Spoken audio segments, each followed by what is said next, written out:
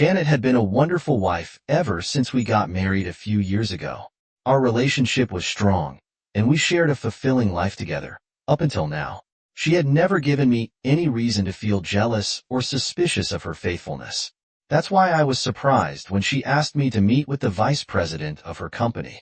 3 years ago, she started working at Global Connections and quickly rose to the position of marketing manager in an international entertainment firm. As you can imagine, she meets all kinds of people and attends numerous events, conferences, consulting sessions, and marketing meetings. Some of their clients are well known, like the New York Knicks, the Chicago Bears, and the New England Patriots. Her energetic and cheerful personality, combined with her intelligence and professionalism, made her the perfect fit for the company.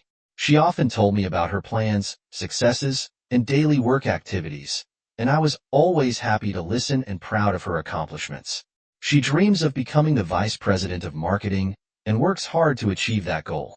Global Connections is a British organization with offices around the world, and its manager, Ian Bai, is the vice president of marketing. In his early 50s, he achieved success on his own. He has been married 3 times and has 9 children, 3 of whom are from his current wife. When Janet told me about her boss, I couldn't help but think, it's good that he earns a high salary to support his relationships and divorces. One evening, Janet started talking about Ian, telling me about her day but only in a professional context, nothing personal. She explained that he would be coming to the U.S. for 2 months, which would give her a chance to show him how valuable she is to the company and make it clear that she is interested in advancing her career within the organization. That's my girl, driven and focused on her future, I thought.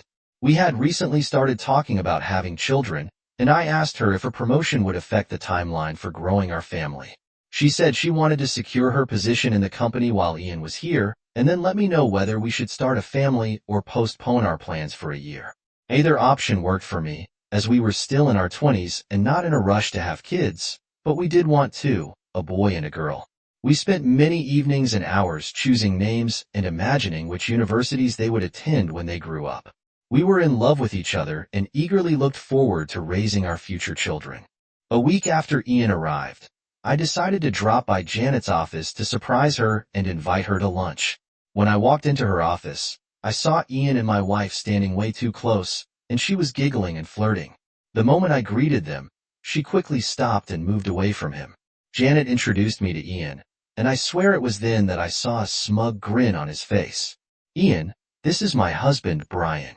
Brian, this is Ian, the executive vice president from our corporate office. Remember I told you he was here for a short time. Then I saw it again. He gave a self-satisfied smirk as he spoke. Well, hello there. So you're the little husband.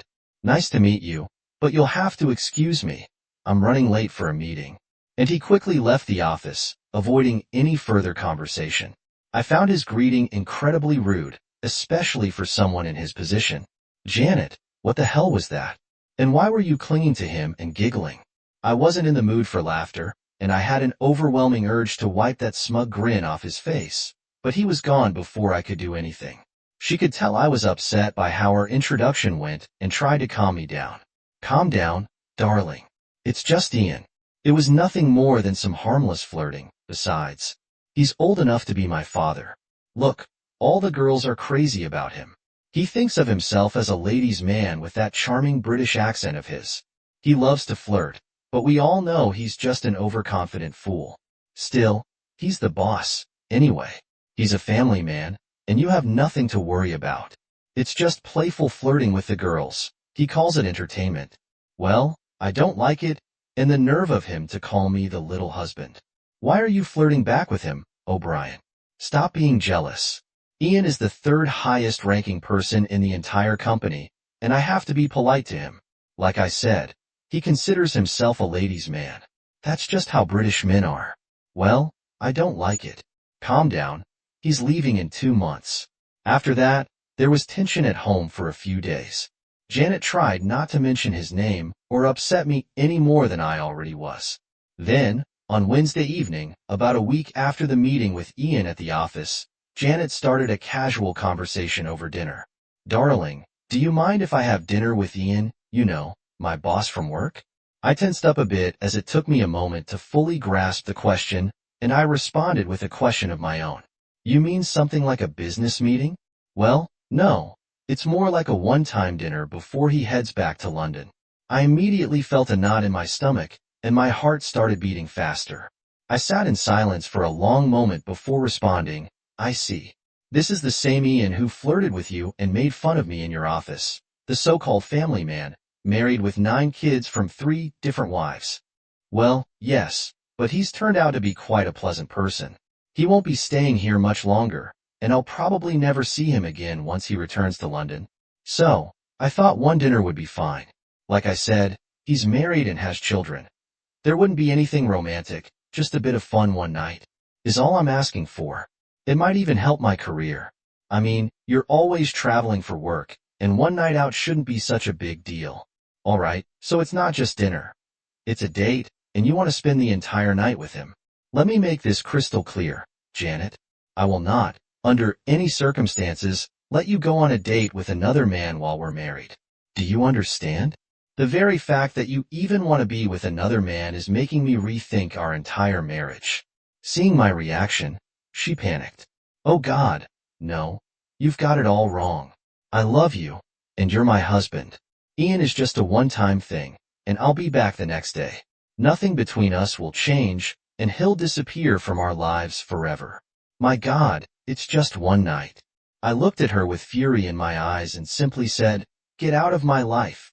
I'm filing for divorce in the next few days. Then I stood up, walked to my closet, packed a bag of clothes, and left. She kept begging me to come back as I drove away from what was once our happy home.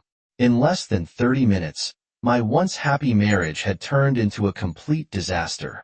The calls from my loving wife started almost immediately, followed by a flood of text messages in which she professed her love and insisted that no one else would ever take her place in my life. In the next message, she tried to convince me that I was still her loving husband, that it was all a misunderstanding, and that I needed to come home. As I drove, I kept telling myself that if she could be swayed so easily, our future as husband and wife was in jeopardy, and it would take serious effort to repair the damage, if that was even possible. I stayed away for 2 nights, ignored her calls, and took time off from work, asking them to tell her I had gone out of town on a business trip. Since then, Ian showed up at my office. All the women at work were captivated by this strong, handsome man who drew everyone's attention. He was tall, well-built, and spoke with a mesmerizing accent that was both charming and hypnotic. From the moment we met, it became clear to everyone that he had taken an interest in me. His compliments, private meetings, shared lunches, and all the extra time he spent with me made other women envious. Each of them would have jumped at the chance to be with Ian, married or not. The married women were even more vocal, encouraging me to take things further. Janet, he's asked you out a few times already. Any one of us would switch places with you in a heartbeat. He's so handsome, and that accent makes us all swoon when he talks. Accept his offer and have fun with this powerful man. You may never get another chance like this. Brian doesn't need to know, and he will be back in London soon, so there wouldn't be any issues later on. The girls from the office kept pressuring me every day, and eventually, I gave in. Deep down, I knew I could never act behind my husband's back. So I came up with the idea of asking Brian to let me go on this one date, just once, and then everything would go back to normal. The girls assured me that Brian would understand and grant me this one night at least. That's what most of them said when I told him about it that evening. I was shocked by his anger. It wasn't supposed to happen this way. And now he's gone. I can't believe he just left like that. I never thought he would be so upset. In desperation, I called Gail, one of the girls from work. Gail and I had started working in the same department on the same day 3 years ago, and we had been inseparable since.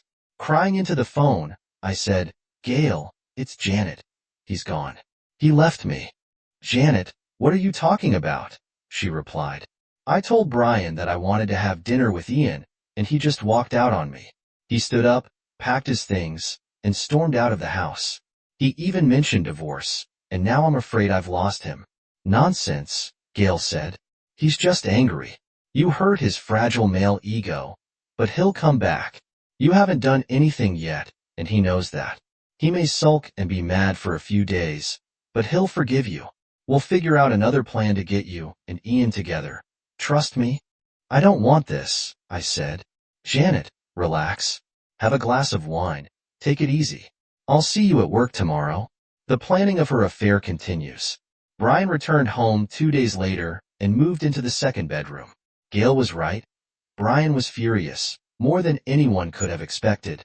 Although Brian loved Janet, he was ready to divorce her if she mentioned Ian's name again. At the very least, marriage counseling seemed inevitable for the next week. Janet did everything she could to earn Brian's forgiveness. After a week of seeing his attractive wife, but with no intimacy between them, Brian decided to suppress his anger. They had a passionate night together, and Brian eventually forgave Janet. But he gave her a firm warning: "Next time, I won't come back."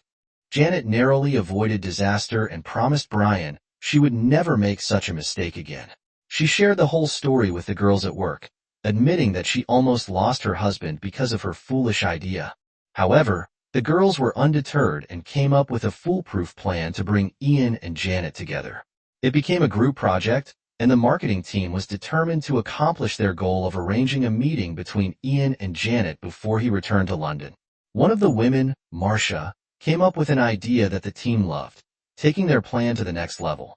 "Ladies, in 2 weeks, we're having a year-end celebration dinner at the Hyatt Hotel. I know for sure that they're planning a nice dinner for the whole team, with live music and dancing this year. They want spouses to attend, and when I heard about it, I had a brainstorm. You know, my husband, Clark, is a sales representative for a pharmaceutical company that specializes in anesthesiology. His company developed a new formula of Malam. For those of you who don't know what that is, I'll explain. Malam is a drug given to patients to calm them down before surgery. It knocks them out in seconds and causes short-term memory loss. From that moment on, they don't remember anything until they wake up. Currently, Malam is administered intravenously, but the new product, S2-Mid, comes in pill or liquid form. Well, Clark's hot new product is S2-Mid, and he's selling it in large quantities. It works like magic, even better than the original formula. And how is this supposed to help us? Gail asked, as Janet listened with a puzzled look on her face. Gail, I'm glad you asked. Since these are Schedule II drugs, Clark keeps his sample locked up in his car. He makes sure they're secure and out of reach. However, sometimes he takes my little Mustang Cobra for a drive when he's out. I can easily grab his keys, take a few pills or some liquid, and no one will ever know. Okay, Marcia, that's interesting. But what's your plan? Ladies, you're going to love this. At the party, when everyone's gathered, I'll pour myself a drink and pass it to Brian. From past encounters, I know he can't resist a glass of Crown Royal. So, I'll casually hold 2 glasses in my hand and offer one to Brian. When I see he's ready for a drink, the effect can take anywhere from 5 to 20 minutes, depending on how much he drinks. But he'll start feeling sleepy, dizzy, and eventually pass out on one of the chairs. We'll guide him to it, then we'll tell everyone that Brian isn't feeling well, take him to your hotel room, and put him to bed. He'll be out for at least 4 hours, and most likely won't wake up until morning. Turning to Janet, Mara continued, when we get him to his room, that will be your signal to go with Ian. Go to his room, and spend a few hours with him. We'll cover for you here, and tell everyone you went upstairs to be with Brian. After a few hours, you can return to your room, take a shower, freshen up, and then cuddle up with Brian as if nothing happened. Girls, I can't do this to Brian. You're asking me to drug my husband just to have a fling with Ian. Do you realize how crazy this sounds? Brian will kill me if he ever finds out we're even considering this. Sure, I know it would be exciting and might boost my chances for a promotion, but if Brian caught me, he'd divorce me. Yes, it sounds just about as crazy as you missing the chance with Ian. Come on, it's safe, and Brian will never find out. Ian will owe you, and your promotion will be guaranteed. The last thing Brian will remember is you asking him if he's okay, and telling him you love him. And when he wakes up in your arms, you'll have wonderful memories of your night with Ian. And you better share all the details with us, sister. I don't know, this is crazy. Listen, give me some time to think. Things at home are better now, and Brian is no longer angry. I'll tell him about the party and see how he reacts. Janet makes her decision later, while in bed. Brian, in 2 weeks, we're having our annual dinner, and spouses are invited. You'll need to clean and press your tuxedo because it's a formal event. We haven't been out dancing in a while, and I think it will be fun. Janet, as much as I hate these events, I'll do it because I know it's important to you. That evening, I showed my appreciation by being affectionate. We shared an intimate moment, and afterward, Brian was clearly happy and satisfied. That night, he fell asleep as a contented husband. However, my own desires began to surface, and suddenly the idea of a one-time fling with Ian, something I had never considered before, started to take hold of my thoughts.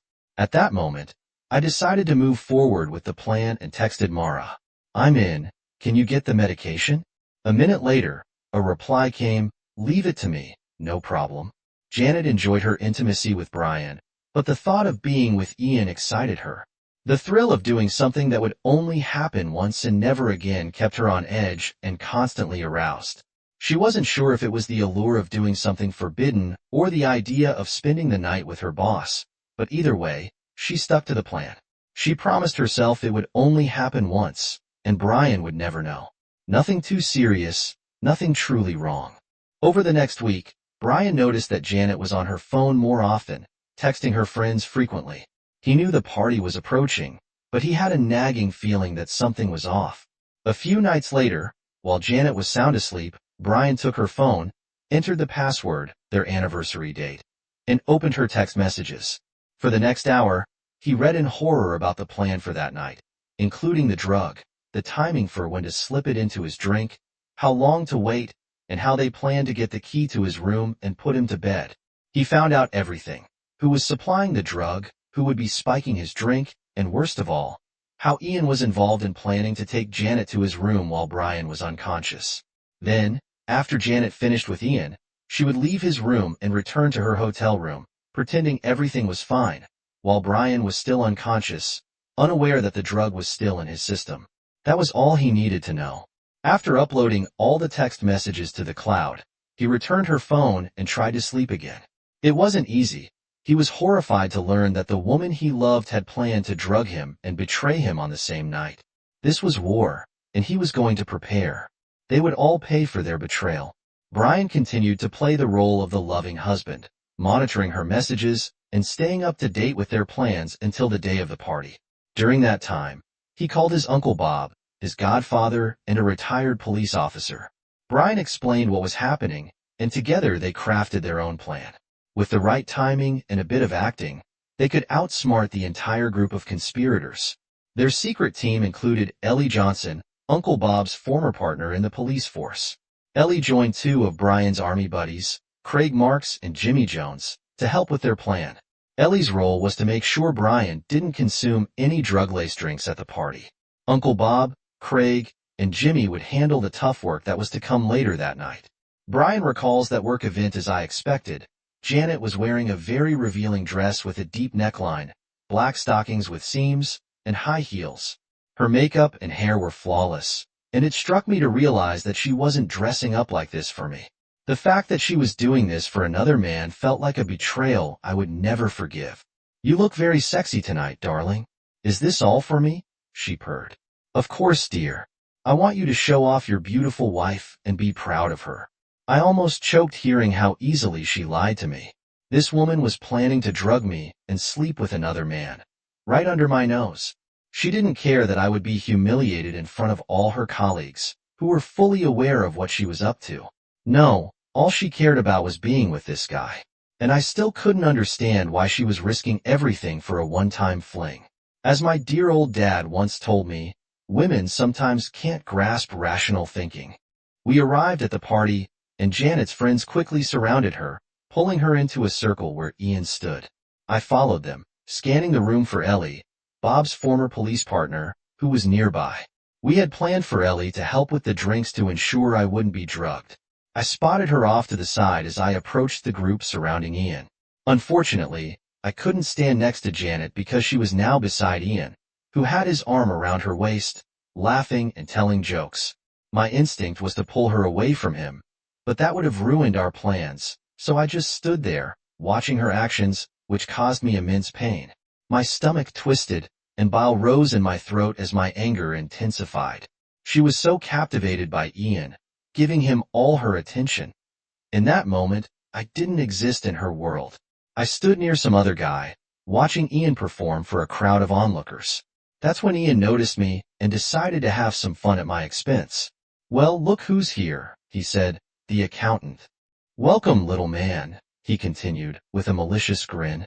At that moment, Janet saw my face and suddenly realized that it was Ian, not her husband, holding her close.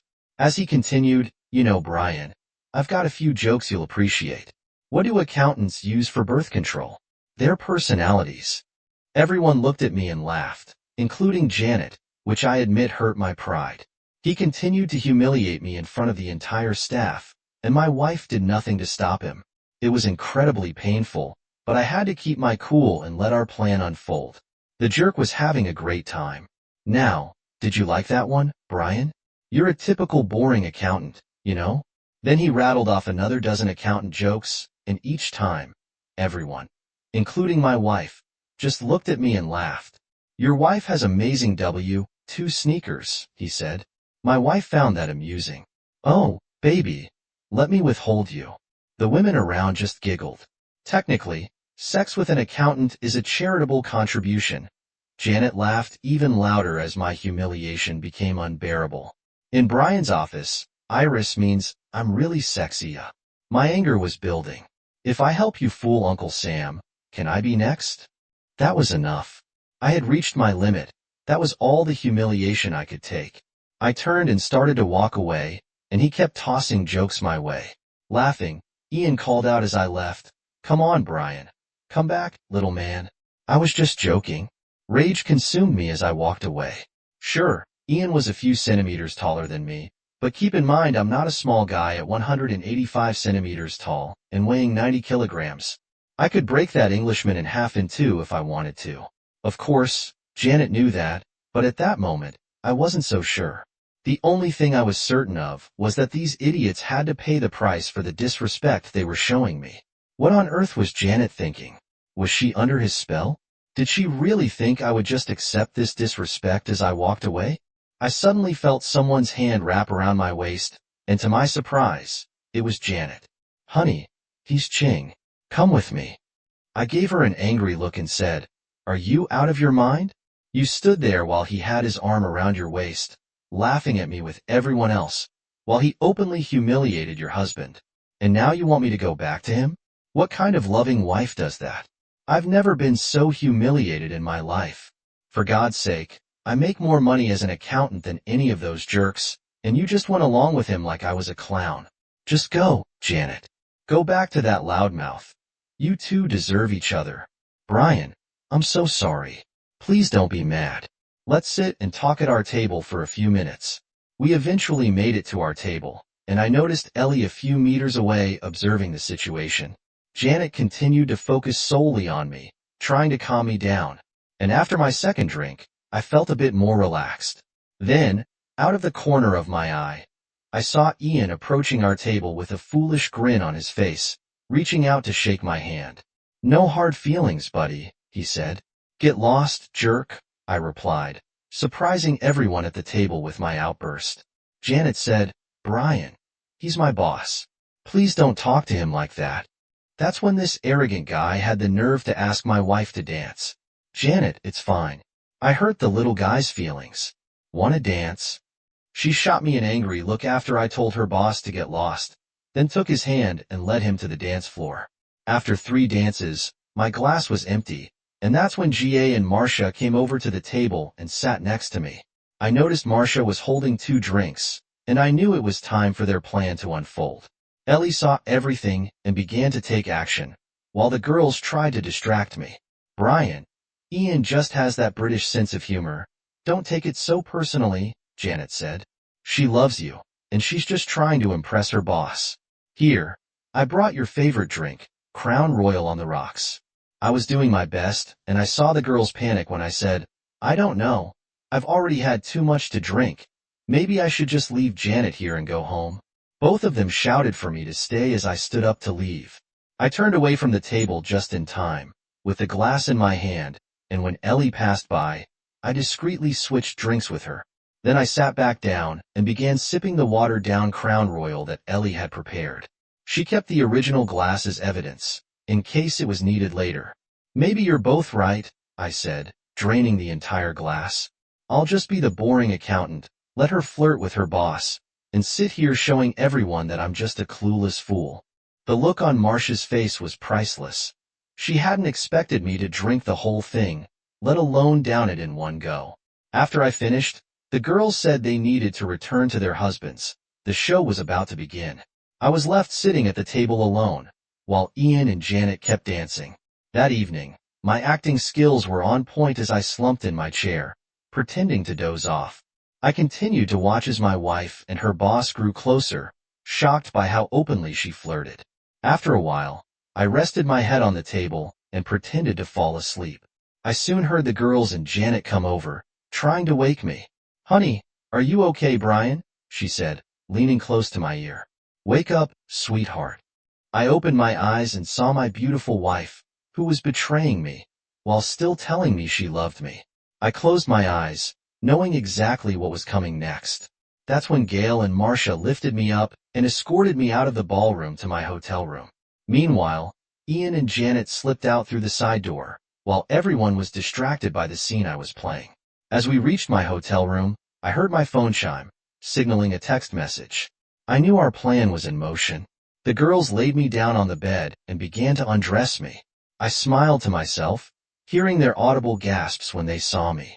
Gail, in particular, was surprised and said, "Wow, Janet never mentioned that he was this well endowed.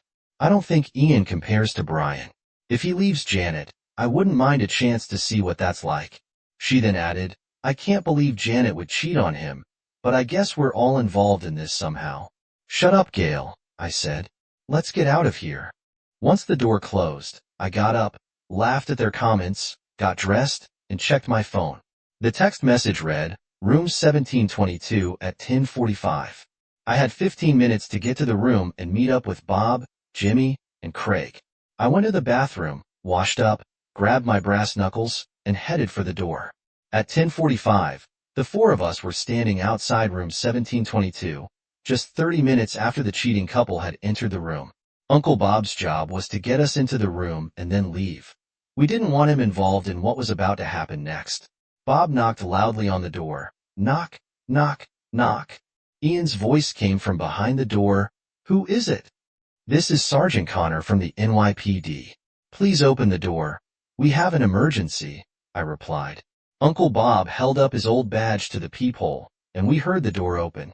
About 6 inches in, Bob turned and left, having no idea what was about to happen next, just as we wanted. My army buddies, Jimmy and Craig, burst into the room, grabbed the naked Ian by the arms, and pinned him against the wall. I walked in with my phone recording the scene. My naked wife, Janet, on the bed, and my sworn enemy, Ian, up against the wall. The look of shock on Janet's face when she realized I was awake and standing before her was pure terror. I was the last person she expected to see before morning. My face must have been twisted with rage, judging by her expression when I spoke. "You cheated on me for this," I said, pointing to her lover's unimpressive physique. "You destroyed our marriage for this loser. You drugged me and left me to die. You really messed up, Janet. Both of you chose the wrong guy to betray." Then I turned to Ian. I smiled as I saw the fear in his eyes, clearly focused on the brass knuckles I was wearing as my friends held him in place. "What's wrong, Ian?" "No snarky comments. Were one of your stupid grins there?" There was no response from the big guy, just a plea for forgiveness. As soon as the first "sorry" slipped from his lips, I beat him until he was unconscious. I didn't intend to cause any lasting damage, but my final punch shattered his large nose. Blood splattered everywhere as he collapsed to the floor, half conscious, crying like a frightened child.